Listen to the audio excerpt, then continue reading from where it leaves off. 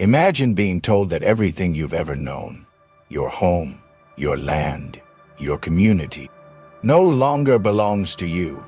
Imagine soldiers knocking at your door, giving you only minutes to gather your belongings, before forcing you to walk hundreds of miles, many never making it to the end. This isn't fiction.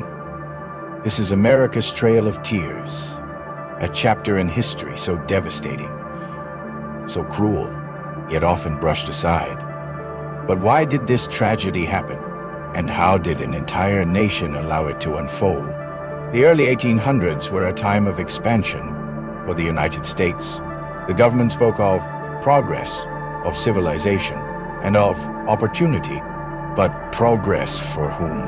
For white settlers, it meant fertile farmland, gold and prosperity.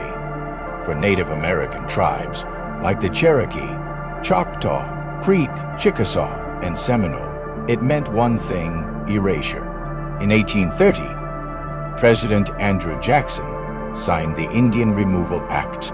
Behind the polished language of treaties and negotiations hid a brutal reality: forced displacement.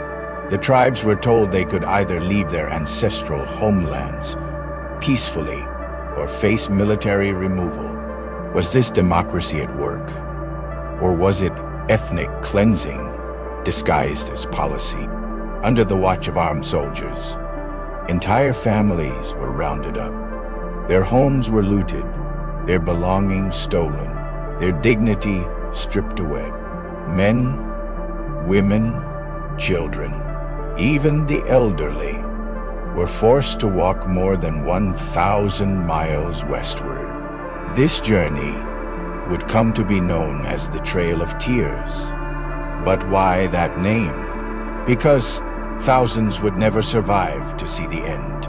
The conditions were unbearable, with little food, no proper clothing, and harsh winter weather. People collapsed on the side of the road. Diseases like dysentery and pneumonia spread rapidly through the camps. Mothers carried their children until their strength gave out. Fathers buried loved ones along the roadside. Entire villages vanished, one step at a time. The Cherokee alone lost over 4,000 lives during their forced relocation.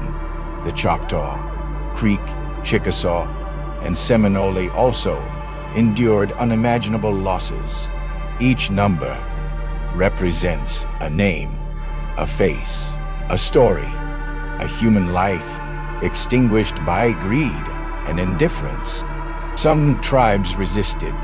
The Seminole fought back in the swamps of Florida, refusing to surrender.